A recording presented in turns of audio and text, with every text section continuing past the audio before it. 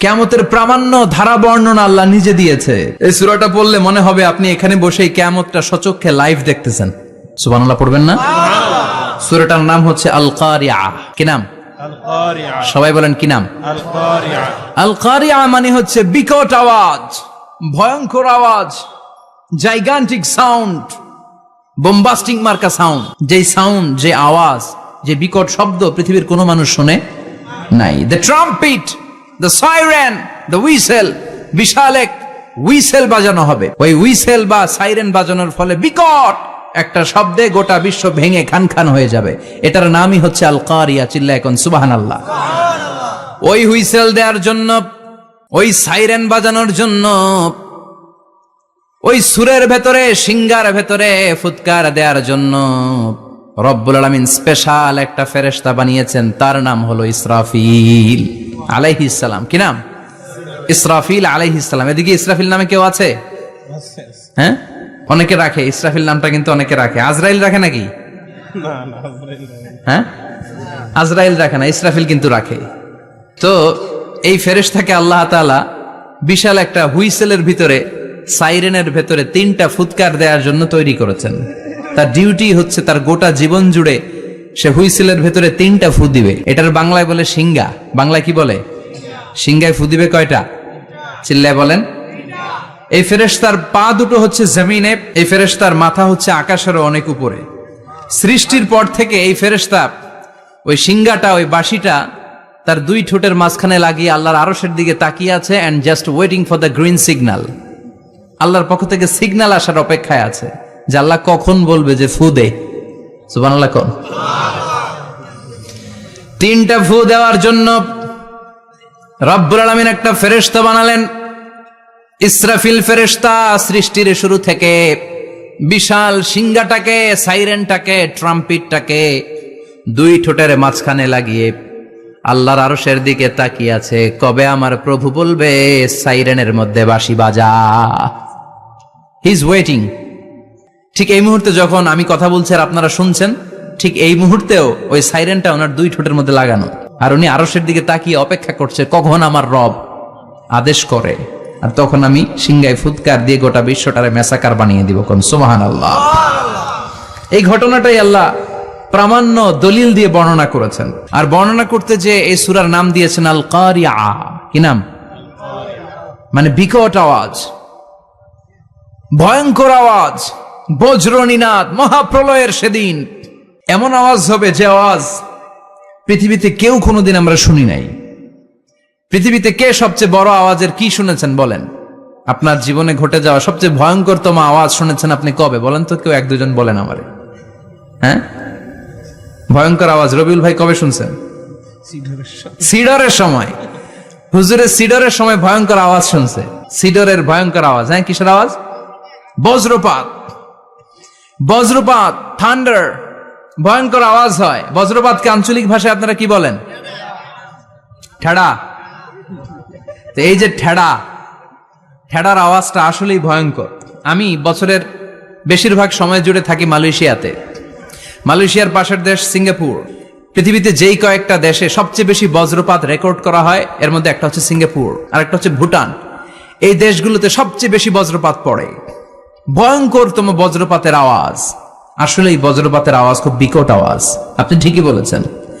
আর আপনাদের জীবনে ঘটে যাওয়া সবচেয়ে ভয়ঙ্করতম আওয়াজ কে কোন দিন শুনেছেন বলেন? আদনান গাজী ভাই, আপনি কি শুনছেন জীবনে সবচেয়ে ভয়ঙ্কর আওয়াজ? গাড়ির চাকা যদি ব্রাস্ট হয়। তাফসীর মাহফিলে যায় তো কমন পড়ে গেছে হুজুরের। তো রাতের বেলায় কিন্তু আমরা যারা ময়দানে কথা বলি, আমাদের এক জেলা থেকে আরেক জেলায় ঘুরতে হয়। ভবঘুরে জীবন আমাদের। কোরআনের বাণীকে পৌঁছে দেওয়ার দায়িত্ব আমরা নিয়েছি, বাণীবাহকের কাজ আমাদের। তো রাত্রিবেলা মাঝে মাঝে আমরা এরকম ট্রাকের টায়ার পাংচার হলে বিকট আওয়াজ হয়, রিক্সার টায়ার পাংচার হলে বিকট আওয়াজ হয়, মানুষ ভয় পেয়ে যায়। আসলেই অনেক বড় আওয়াজ। আর জীবনে কে কি আওয়াজ শুনেছেন? আওয়াজ হয় কিসে? জেনারেটর যদি ব্রাস্ট হয়, ট্রান্সমিটার যদি ব্রাস্ট হয়, আওয়াজ হয় না? আওয়াজ হয়। হ্যাঁ, হেলিকপ্টার। হ্যাঁ, হেলিকপ্টার যখন ল্যান্ড করে তখনও ভয়ঙ্করতম আওয়াজ হয়। বিমান যখন টেক অফ করে, ল্যান্ড করে, ভয়ঙ্কর আওয়াজ হয়। এরপরে লোহার মধ্যে যদি হাতুড়ি দিয়ে পেটায়, যখন তারা কাজ করে, ভয়ঙ্কর আওয়াজ হয়। ট্রেনের যে হর্ন বাজায়, যে ট্রেন আসতেছে, মাঝখানে চমৎকার কথা বলেছেন, মাঝখানে ওই যে ক্রসিং থাকে, ক্রসিং আটকে দিয়ে একটা হুইসেল বাজায়, বিকট আওয়াজ হয়। আর এই তো বেরোচ্ছে, আর কি আছে এরকম আওয়াজ? কে কোথায় শুনছেন? হ্যাঁ, এক্সক্লুসিভ আওয়াজ। হ্যাঁ, বিভিন্ন জায়গায় এক্সক্লুসিভ সাউন্ড হয়, ভয়ঙ্কর আওয়াজ। আর কোথায় কি শুনেছেন? দপ্তরি যখন হাই স্কুলে ঘন্টা বাজায়, ছুটির ঘন্টা, কাছে দাঁড়ানো যায়, বিকট আওয়াজ হয়। আসলে এই পৃথিবীতে আমরা এক একজন এক এক সময় এক এক জায়গায় বিকট বিকট আওয়াজ শুনেছি, কিন্তু কিয়ামতের দিন ইসরাফিল যখন ওই সিংহার ভেতরে ফুৎকার দিবে, ওই ফুৎকারের যে আওয়াজটা হবে, এই আওয়াজটা কি এই আওয়াজগুলোর মতো? কথা বলেন। এর চেয়ে অনেক ভয়ঙ্করতম আওয়াজ, যে আওয়াজ শুনলে আপনার হৃদয় শিউরে উঠবে, কেঁপে উঠবে। এই আওয়াজটার নাম হচ্ছে আরবিতে আল কারিআ। কি নাম? চিল্লায় বলেন, কি নাম? এজন্য আল্লাহ বললেন, আল কারিআতু মাল কারিআতু ওয়া মা আদরাকা মাল কারিআ। সেদিনের আওয়াজটা হলো ভয়ঙ্কর আওয়াজ। ওই আওয়াজটার নাম আমি আল্লাহ দিয়েছি আল কারিআ। আল কারিআ মাল কারিআ ওয়া মা আদরাকা মাল কারিআ। তিনবার তিনি সূরার শুরুতে তিনবার এই শব্দটা উচ্চারণ করেছেন। কয়বার? কথা বলেন। তিনবার। যে কোনো জিনিস তিনবার যখন আমরা বলি, গুরুত্ব বোঝানোর জন্য বলি না? বিশ্বনবীও মাঝে মাঝে কোনো জিনিসের ইম্পর্টেন্স, সিগনিফিকেন্স, তাৎপর্য এবং গুরুত্ব বোঝানোর জন্য তিনবার বলতেন। কয়বার? একবার বিশ্বনবী তাকওয়া নিয়ে ওয়াজ করতেছিলেন, আর বলছিলেন আত-তাকওয়া হা হুনা, আত-তাকওয়া হা হুনা, আত-তাকওয়া হা হুনা, ওয়া ইউশিরু ইলা সাদরিহি সালাসা মাররাত। তাকওয়া এখানে, তাকওয়া এখানে, তাকওয়া এখানে বলে বিশ্বনবী ওনার হৃদয়ের দিকে, কলবের দিকে তিনবার ইঙ্গিত করেছেন। কয়বার? তাকওয়া মানে কার ভয়? আল্লাহর ভয়। আল্লাহর ভয় নিয়ে যখন ওয়াজ করছিলেন, বিশ্বনবী বলছেন তাকওয়াটা এখানে, এখানে, এখানে। তেমনি মক্কাবাসীদের কাছে যখন সূরাতুল কারিআ নাজিল হয়েছে, মক্কার কাফির মুশরিকদের দৃষ্টি আকর্ষণের জন্য আল্লাহ তাআলা এই সূরার শুরুতে আল কারিআ শব্দটা একবার নয়, দুইবার নয়, তিনবার উল্লেখ করেছেন। পড়েন সুবহানাল্লাহ। আল্লাহ বললেন, আল কারিআতু মাল কারিআতু ওয়া মা আদরাকা মাল কারিআ ইয়াওমা ইয়াকুনুন নাসু কাল ফারাশিল মাবথুস ওয়া তাকুনুল জিবালু কাল ইহনিল মানফুশ। সুবহানাল্লাহ পড়েন। আল্লাহ বললেন, বিকট একটা আওয়াজ হবে। তিনটা আওয়াজ করার জন্য, তিনটা হুইসেল বাজানোর জন্য ইসরাফিলকে আমি বানালাম। প্রথম সিংগার ফুৎকার যখন ইসরাফিল ফেরেশতা হুইসেলের মধ্যে দিয়ে দিবে, তখন যেই ভয়ঙ্কর শব্দটা হবে, ওই শব্দটার নাম হলো আল কারিআ। কি নাম? আল কারিআ। ওটা দেওয়ার সাথে সাথে পুরো পৃথিবীটা লন্ডভন্ড হয়ে যাবে। এখন আমরা যেরকম আরামসে বসে আছি, ওই সময় পৃথিবীর অবস্থা এরকম থাকবে। আল্লাহ বললেন, ইয়াওমা ইয়াকুনুন নাসু কাল ফারাশিল মাবথুস ওয়া তাকুনুল জিবালু কাল ইহনিল মানফুশ। সেদিন মানুষগুলো বিক্ষিপ্ত পতঙ্গের মতো নিক্ষিপ্ত হবে, পাহাড়গুলো ভেঙে খান খান হয়ে যাবে, তুলার মতো পাহাড় ধ্বনিত হতে থাকবে, তুলার মতো। সুবহানাল্লাহ পড়ে। মানুষগুলো ছিটকে পড়বে। এই পৃথিবীর মাধ্যাকর্ষণ শক্তি থাকার কারণে আমরা ছিটকে পড়ি না। এই যে বসে আছি, সবকিছু পৃথিবীর মধ্যে লেগে আছে, এটার কারণ দ্য গ্র্যাভিটেশনাল ল, গ্র্যাভিটেশনাল পাওয়ার। এটা পৃথিবীর সবকিছু তার কেন্দ্রের দিকে টেনে রাখে। কিন্তু কিয়ামতের দিন আল্লাহ পৃথিবীটারে ধরে যখন একটা ঝাঁকুনি দিবেন, একটা কাঁপুনি দিবেন, একটা ভাইব্রেশন দিবেন, একটা আর্থ কোয়াক, একটা ভূমিকম্প দিবেন, মুহূর্তের মধ্যেই পুরো পৃথিবীর সবকিছু ছিটকে পড়ে যাবে। চিল্লায় পড়েন আল্লাহু আকবার। মানুষগুলো পৃথিবীতে বসে থাকতে পারবে না, দাঁড়িয়ে থাকতে পারবে না, ডানে বায়ে সামনে পিছনে কে কোথায় ছিটকে পড়বে কোনো ইয়ত্তা থাকবে না। কাল ফারাশিল মাবথুস। মানুষগুলো বিক্ষিপ্ত পতঙ্গের মতো নিক্ষিপ্ত হবে। শীতকালে ছেলেপেলেরা গ্রামাঞ্চলে অনেক সময় র্যাকেট খেলে না, ব্যাডমিন্টন খেলে, দেখবেন ওই খেলার জন্য শীতকালে ক্ষেতের মাঝখানে বাঁশ গেড়ে দেয় আর বাঁশের মধ্যে লাইট লাগায়। এলাকায় খেলেনি? এই রাত্রিবেলা বাঁশ গেড়ে দিলে ওর মধ্যে লাইট লাগালে কোত্থেকে যেন অনেক পোকা চলে আসে, ডান দিকে একটা, বাঁ দিকে একটা, সামনে পেছনে ছিটকে ছিটকে পড়ে। কিয়ামতের সেই কঠিন দিন মানুষগুলো বিক্ষিপ্ত এরকম পতঙ্গের মতো ডানে বায়ে ছিটকে ছিটকে পড়বে। পাহাড়গুলো চূর্ণ বিচূর্ণ হয়ে যাবে, ভেঙে খান খান হয়ে যাবে। তুলাকে ধ্বনিত করলে তুলা যেমনি ধ্বনিত হয়, তুলার মাঝখানে লাঠি দিয়ে পেটালে, তুলাকে পাতলা করার জন্য, আরামদায়ক করার জন্য, মোটা বানানোর জন্য যখন লাঠি দিয়ে ধ্বনিত করা হয়, দেখবেন সামান্য তুলার ধুলিকণা ছিটেকণা বাতাসের মধ্যে শূন্যে ভাসে। ফু মারলে আরো দূরে যায়, ফু মারলে আরো দূরে যায়। বাতাসের ঝাপটা ওইটা কোথায় যে চলে যায় কেউ জানে না। পৃথিবীর বড় বড় সাইজের পাহাড়গুলো সেদিন এই তুলার মতো, তুলা যেমনি বাতাসে ধ্বনিত হয়, পাহাড়গুলো সেদিন তুলার মতো বাতাসে ধ্বনিত হতে থাকবে। চিল্লায় কোন আল্লাহু আকবার।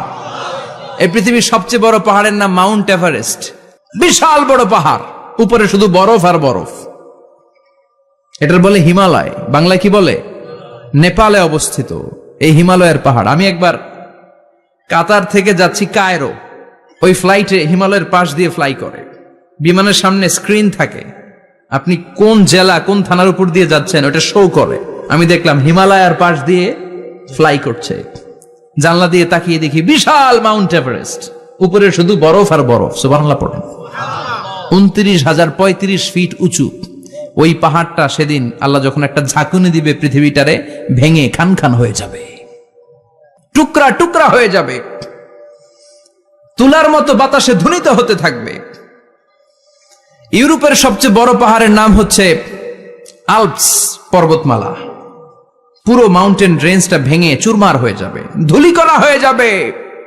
আমেরিকার সবচেয়ে বড় পাহাড়ের নাম আলাস্কা মাউন্টেন রেঞ্জ। অ্যাটলাস বা ম্যাপ নিয়ে যাদের পড়াশোনা আছে দেখবেন ইউনাইটেড স্টেটস অফ আমেরিকা, এখানে নর্থ আমেরিকার পাশে বড় করে লেখা আলাস্কা, পুরোটাই পাহাড়, আমেরিকার সবচেয়ে উঁচু পাহাড়। এই পাহাড়গুলো সেদিন ভেঙে টুকরা টুকরা হয়ে যাবে। বাংলাদেশের ময়মনসিংহে আছে আমাদের এদেশের সবচেয়ে বড় পাহাড়, গাঢ় পাহাড়, নাম শুনছেন? আল্লাহ জানে কি জানি হবে সেদিন আমাদের পাহাড়ের অবস্থা।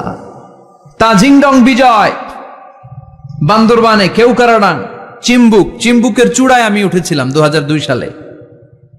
সেখানে পার্সোনাল প্রাইভেট কার নিয়ে যাওয়া যায় না, মাইক্রো নিয়েও যেতে পারবেন না। চাঁদের গাড়ি আছে একটা, ওইটা আলাদা এক্সট্রা 2-3টা ইঞ্জিন লাগানো, ওইটা দিয়ে টেনে টেনে আপনারা নেবে। উপরে সেনাবাহিনীর ক্যাম্প আছে। বাংলাদেশের 3য় বৃহত্তম পাহাড়। কিয়ামতের দিন আল্লাহ যখন একটা ঝাঁকুনি দিবে, পৃথিবীটারে যখন একটা নাড়া দিবে, আর ইসরাফিল যখন ফুৎকার দিবে, একটা পাহাড়ও টিকবে? চিল্লায় বলেন টিকবে? এজন্য আল্লাহ বললেন ইযা যুলজিলাতিল আরদু জিলজালাহা ওয়া আখরাজাতিল আরদু আসকালাহা ইযা রুজ্জাতিল আরদু রাজ্জাও ওয়া বুসাতিল জিবালু বাসসা। সেদিন যখন আল্লাহ একটা ভূমিকম্প তৈরি করবে, পৃথিবীটাকে যখন নাড়িয়ে দিবে, কাঁপিয়ে দিবে, একটা পাহাড়ও টিকবে না, সবগুলো পাহাড় তুলার মতো ধ্বনিত হতে থাকবে। মানুষগুলো ছিন্ন বিচ্ছিন্ন হয়ে ডানে বায়ে ছিটকে পড়বে, চন্দ্র সূর্য আলো থাকবে না, মানুষের চোখগুলো ছানা বড়া হয়ে যাবে। ফাইদা বারিকাল বাসারু ওয়া খাসাফাল কামারু ওয়া জুমিআশ শামসু ওয়াল কামার ইয়াকুলুল ইনসানু আইনাল মাফার। চাঁদে আলো থাকবে না, সূর্যে আলো থাকবে না, প্রক্সিমা সেন্ট্রাইতে আলো থাকবে না, আলফা সেন্ট্রাই এ, আলফা সেন্ট্রাই বি, ইটা ক্যারিনা, ব্যাটেল জিউস, অ্যান্ড্রোমেডা, একটার ভেতরেও সেদিন আলো থাকবে না, সবগুলো অন্ধকার হয়ে যাবে। সাগরের পানির মধ্যে সেদিন দাউ দাউ করে আগুন জ্বলবে। সেই দিনটার নাম হচ্ছে আল কারিয়া। মাল ওমা আদরাকা মাল।